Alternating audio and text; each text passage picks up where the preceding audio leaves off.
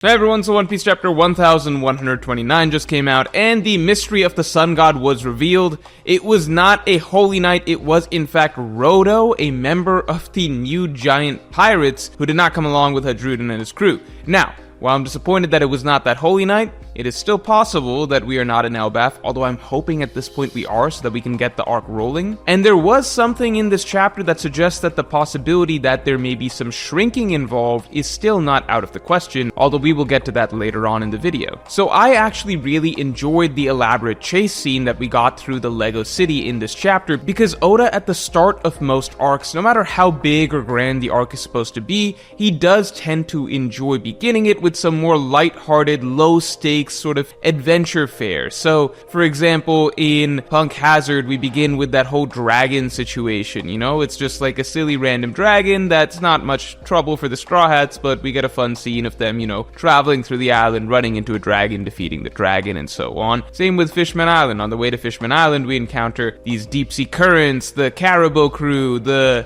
Kraken encounter, the underwater volcano, just all sorts of random shenanigans before they actually get to Fishman Island. In Whole Cake Island, we had the Seducing Woods. In Wano, we had the remarkably low-stakes section of Act 1 where it was just Luffy and Zoro raiding Bakura Town and just low-diffing, zero-diffing Hold'em to get back this food for the leftover village. So in general, while things do tend to ramp up pretty quickly, Oda does just enjoy these low-stakes early encounters. And this chase scene through the city was a fun new twist on that concept, so I feel like shortly after this we will start getting into the actual plot of Elbaf and start setting up some of the higher stakes scenarios, but keeping it simple and just kind of giving us a breather just to enjoy a fun, silly, light section of the story, that's 100% okay with me. I think that we could use it almost more often in One Piece, although at the same time we're often itching to get something really exciting each chapter. Look, we just had all the craziness and chaos of Egghead, we got the in-between Egghead and Elbaf exciting setup, with the red-haired pirates, the black-haired pirates, the revolutionaries, and the Gorosei. So now we can take, a few chapters, I wouldn't even mind a couple more, of stuff like this where it is just the old-school Straw Hats, the East Blue 5, plus Chopper, I guess, just getting to interact, bounce off each other.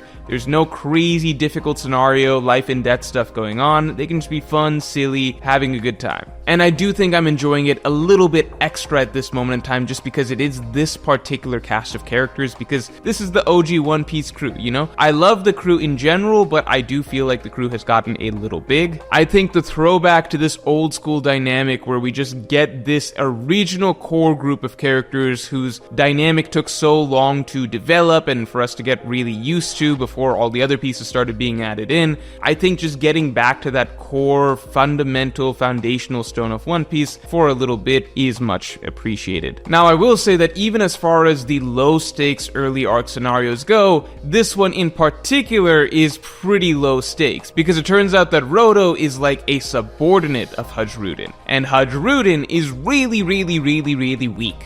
Like, Dressrosa Luffy could one-shot him.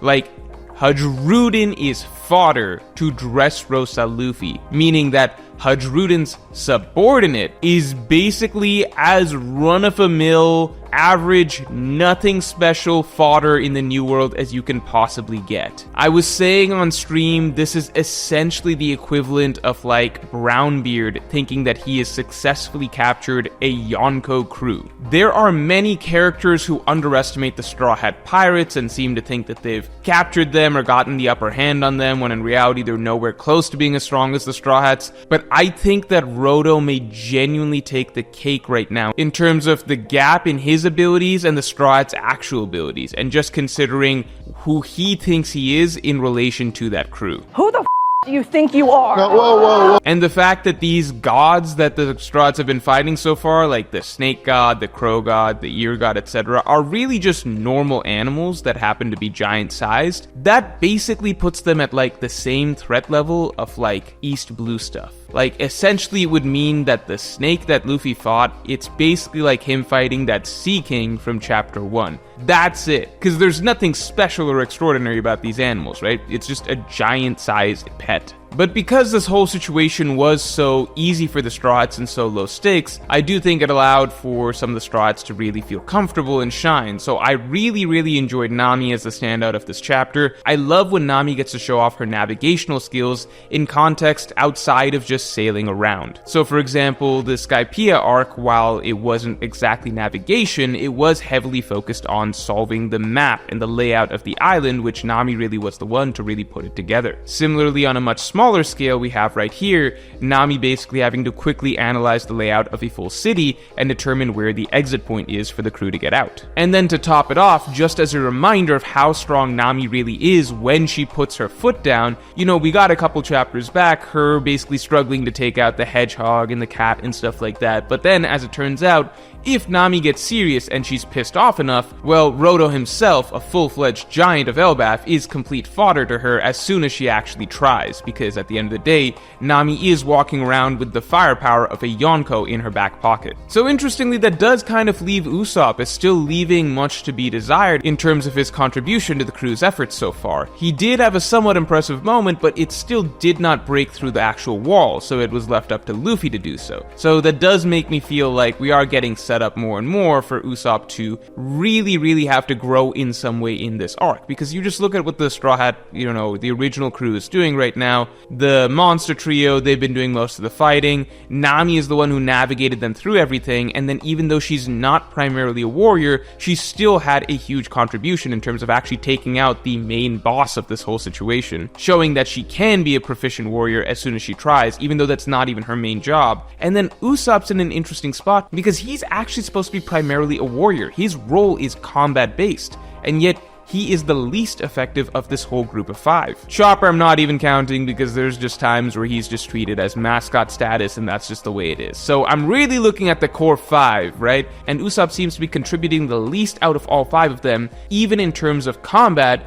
Nami is surpassing him in combat when that's not even her primary role and she's shining and helping them out in so many other ways. So tremendous potential for Usopp in this arc. Now, one final thing from this chapter that stood out that viewers in stream pointed out to me that I do think is interesting is that Roto said that this is a giant detention facility. Now, what exactly does that mean? Because initially we assumed that this was the actual Elbaf, then we realized that the Straw Hats are the same size as the citizens of the city. Then it started to feel as that, okay, maybe these citizens are not giants, they're humans like the Straw Hats, but now it opens up the possibility that if this is a giant detention center meant to hold giants, then could those actually be giants and there is some size manipulation going on still? Unless I'm completely missing something, it feels like there's one final piece about this whole scenario and environment that they've been placed in that is yet to be uncovered. Unless Roto is simply referring to the idea that this room is supposed to normally house giants as prisoners, but he has repurposed it as a way to house humans as prisoners. So that is of course entirely possible as well. At the end of the day, I do hope that next chapter we get to see that Elbaf is on the outside, just because now that it's turned out that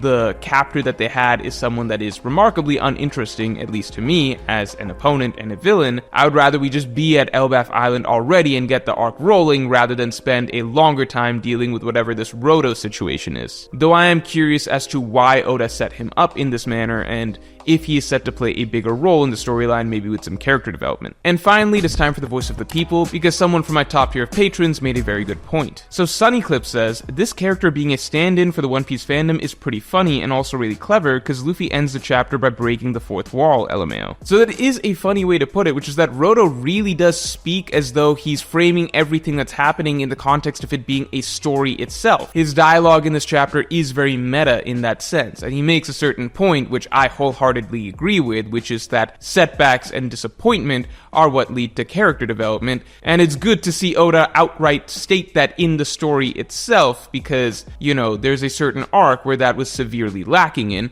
but we will get to that when we get to a certain video that you all have been waiting for a long time that will be coming very soon, I promise. But it's nice to have the author agree in the text itself. Now, as for the final panel being the breaking of the fourth wall, I didn't even think about that when that first happened, but that is a very clever way to conclude this whole situation by Oda, because Roto's trying to frame himself as a sort of god and everyone is taking place in his story, in his little world narrative and everything like that, and Luffy is essentially breaking out of it, shattering the fourth wall and getting out of Roto's little delusional little world where he rules as God. I really, really enjoy that. I didn't even think about that when I first read it. So that is a great observation. I really, really like that. But yeah, I'm just really excited to see where this leads to, if it is Elbaf or not. I am hoping it is at this point. So luckily no break after this chapter, so I will talk to you all next week.